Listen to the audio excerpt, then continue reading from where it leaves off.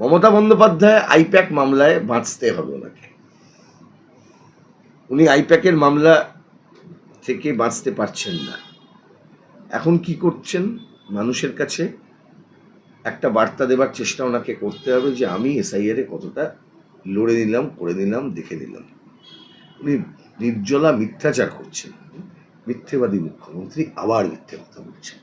আমি ভোট দেবো আর আপনি ভোট দেবেন না, কিরকম লাগবে?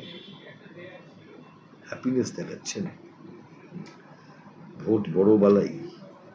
আমি আজকে বলছি পশ্চিমবঙ্গের বুকে এই জটিলতা সৃষ্টি হয়েছে একমাত্র মমতা বন্দ্যোপাধ্যায়ের জন্য।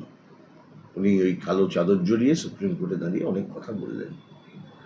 কি কি কথা বলেছিলেন দু একটা ক্যাচ লাইন আমি দিয়ে দিই।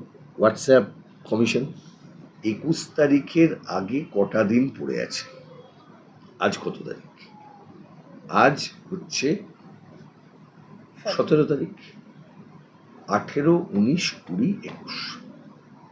কাল 18, রবিবার 19, 20 সোম, মঙ্গলবার 21, 23 তারিখ। 4 দিনে যদি 1 ঘন্টা মানে 3600 গুণ 24 গুণ তার সাথে আপনি যুক্ত করুন সংখ্যাটা, আমাদের 4 দিন। এবার আপনি করুন এই 3600 গুণ 24 গুণ 4, এটা করার পর যে সময়টা পাওয়া যাবে, আপনাকে অ্যাপিল ডিসপোজ করতে হবে পশ্চিমবঙ্গতে 153টা আসন। Is it possible?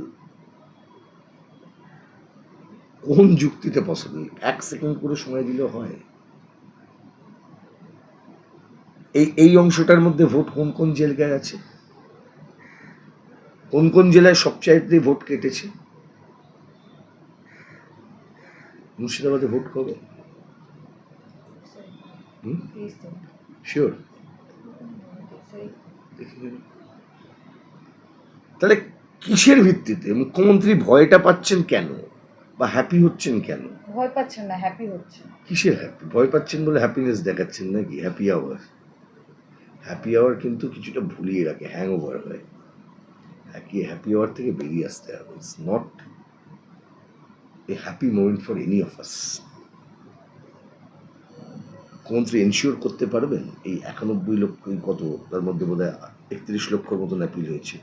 এই 31 লক্ষ অ্যাপিল, এদের সবাইকে ভোট দেওয়াতে পারবেন, এনশিওর করতে পারবেন? একজন বৈধ ভোটারের নাম বাদ গেলেও 1 লক্ষ লোক নিয়ে দিল্লিতে গিয়ে আমি আন্দোলন করবো, ঘেরাও করবো। কোথায়? অভিষেক বন্দ্যোপাধ্যায় বলেছিলেন। এখন অভিষেক বন্দ্যোপাধ্যায় কোথায় আছেন?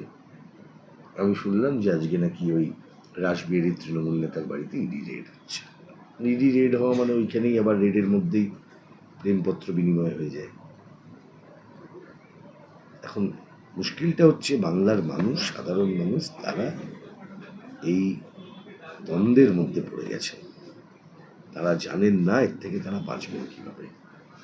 এই মানুষের পাশে যদি দাঁড়াতে হয়, হ্যাপিনেস না দেখিয়ে, it's a sad moment for all of us যারা নির্বাচনী প্রক্রিয়ায় যাচ্ছি। আমাদের রাজ্যের বহু মানুষ, বহু ভোটার, যে দলেরই হন, তৃণমূলকে ভোট দেবেন, সিপিএমকে ভোট দেবেন, বিজেপিকে ভোট দেবেন, কংগ্রেসকে ভোট দেবেন, নোটায় ভোট দেবেন, আইএসএফকে ভোট দেবেন।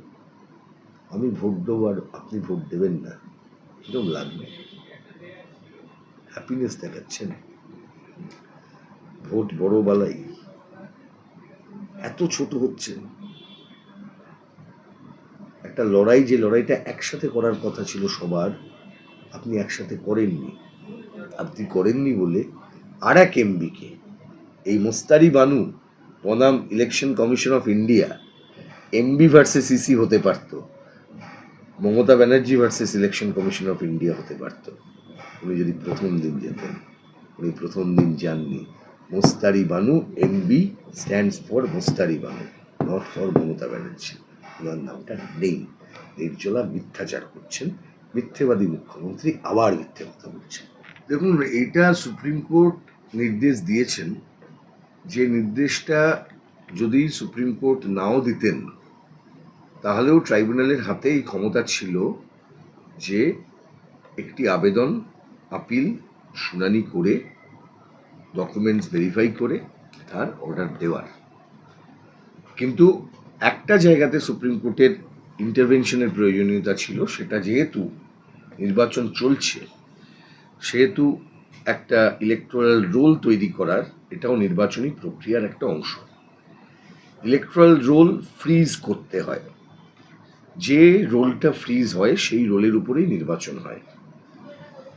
এবং আমরা জানি সাধারণত একটা খেলা যদি শুরু হয়ে যায়, আমি খেলা শব্দটা ব্যবহার করছি একদম গেম শব্দের বাংলা করে, আমি রাজনীতির খেলার কথা বলছি না, যে কোনো মানে একটা প্রসেস যখন শুরু হয়, সেটা একটা খেলা হতে পারে, একটা পরীক্ষা হতে পারে, একটা কম্পিটিশন হতে পারে, তার যা নিয়ম সেই নিয়মের কোনো বদল ওই প্রক্রিয়া চলাকালীন সময় করলে সেটা গোটা প্রক্রিয়াটাকে ভিশিয়েট করে। সুপ্রিম কোর্ট এই ব্যতিক্রমী পরিস্থিতি বাংলার এটি অনুধাবন করেছিলেন প্রথম থেকে। এসআইআর প্রক্রিয়া গোটা দেশে একরকমভাবে হয়েছে, পশ্চিমবঙ্গের ক্ষেত্র থেকে সেটা এক্সেপশনালি বেশ কিছু ঘটনা এখানে ঘটেছে। তার অন্যতম কারণ ছিল এখানে প্রথম দিন থেকে রাজ্যের মুখ্যমন্ত্রী, রাজ্য সরকারের প্রধান হিসেবে তিনি বারবার নির্বাচন কমিশন তাকে আক্রমণ করে গেছেন।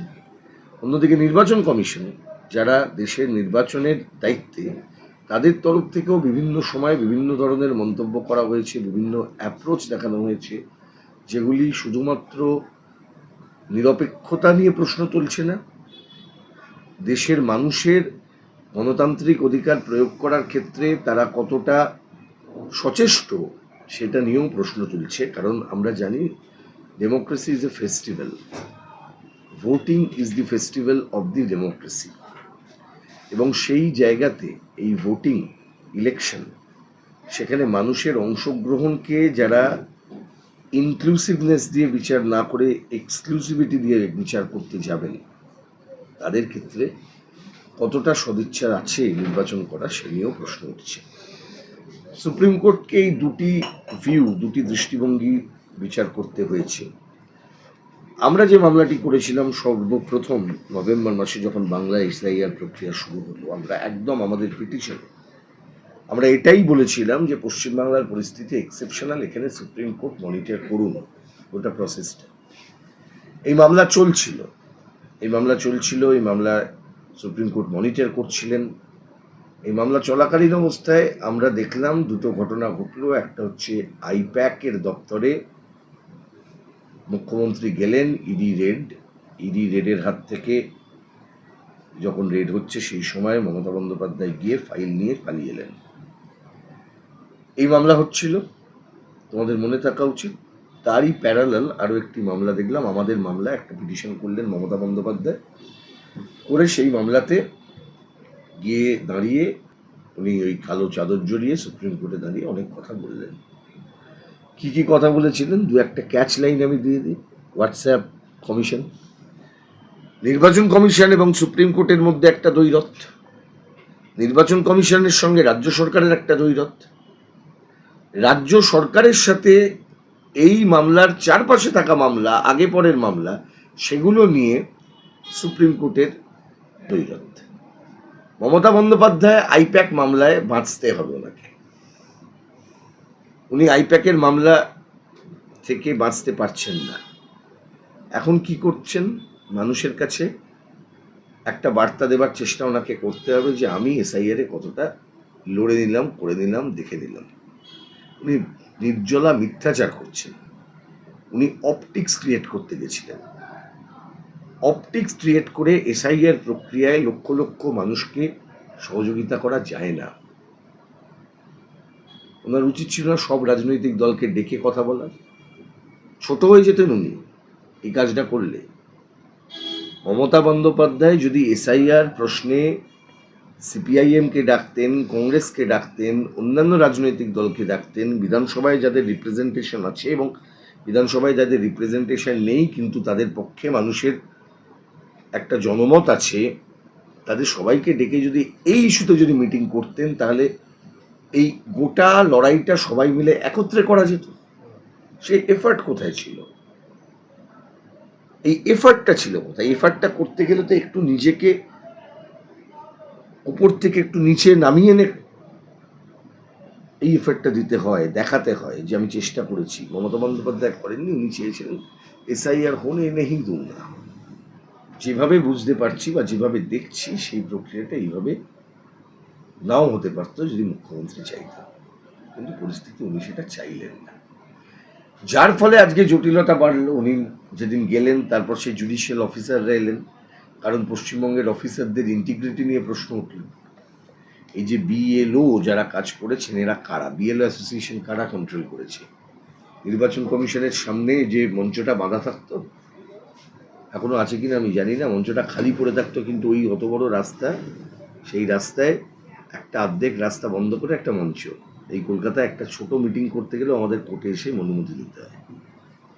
সেই মঞ্চতে দাঁড়িয়ে দাঁড়িয়ে কিছু বিএলও যারা সরকারি চাকরি করেন তারা ওখানে ধর্ণা দিতেন কাজকর্ম ছেড়ে। এমন এমন দৃশ্য দেখা গেছে যে আমি চিনি এরকম লোক, ওখানে কতটা তৃণমূলপন্থী এটা দেখাবার জন্য এরকম করে ব্যারিকেডের ওপরে উঠতে গেছে, হোঁচট খেয়ে পড়ে গেছে। দেখাতে হবে তৃণমূলপন্থী, উঠে পড়তে হবে। হয় না, মানে কিছু লোক আছে দেখবে আমাদের সমাজে থাকে, তারা যদি তৃণমূলের কোনো একটু মাতব্বর দেখতে পায়, বা তৃণমূল কেন, এটা যদি কালকে সরকারি দলে আমরাও আসি এই হবে, মানে তাদের কাছে এটা দেখাতে হবে আমি কতটা তৃণমূলপন্থী বা আমি কতটা সিপিএম পন্থী, আমি কতটা বিজেপি পন্থী। কাজ করা কিছু লোক আছে, মানে ওরা তেল মারাটাই ওদের কাজ। সেই রকম এরা পাশে উঠতে গেছে, উঠতে গিয়ে মুখ থুবড়ে পড়েছে, এরকম ঘটনা ঘটেছে। তো কিন্তু গোটা জিনিসটা এই যে এটা তো তাদেরকে পরিচালনা করতে হবে, রাজনৈতিক পরিচালনার তো প্রয়োজন আছে। সেটা কে করবেন? রাজনৈতিক দল, রাজনৈতিক নেতৃত্ব, তাদের কাজ হচ্ছে এটা। মমতা বন্দ্যোপাধ্যায় যদি চাইতেন এগুলোকে সুন্দর করে উনি করাতে পারতেন। যদি বিএলওদের উপর ওনার কন্ট্রোল থাকতো তাহলে এই সমস্যার মধ্যে মানুষকে পড়তে হতো না। এর যে গ্রাসরুট লেভেলের কাজটা তো করেছেন পশ্চিমবঙ্গ সরকারের অফিসাররা বেশিরভাগ ক্ষেত্রে। তারা ডকুমেন্ট দেননি কেন? আমি আপনাকে উদাহরণ দিচ্ছি, আমাদের মানিকপুরে একটা জায়গাতে জানুয়ারি মাসের নোটিশ পাচ্ছেন এপ্রিল মাসে, তাহলে বিএলও ওই নোটিশ আটকে রেখেছিলেন কেন? বিএলওরা তো তৃণমূল কংগ্রেসের দ্বারা নিয়ন্ত্রিত। আজকে হাজার হাজার লক্ষ লক্ষ মানুষকে এই লাইন দিতে হতো না, গরিব মানুষ দিশাহীন অবস্থায় ছুটতেন না। তারপরে শুরু হলো আপিল প্রক্রিয়া। এই আপিল প্রক্রিয়াটাতে গোটা পশ্চিমবঙ্গে দেখো এখনো পর্যন্ত তৃণমূল কংগ্রেসের ইন্টারভেনশনে আপিল হয়েছে, ঠিক করে হয়েছে, তৃণমূল কংগ্রেসের আইনজীবীরা আপিলের কাজ করছেন, এই উদাহরণ আপনি দেখাতে পারবেন?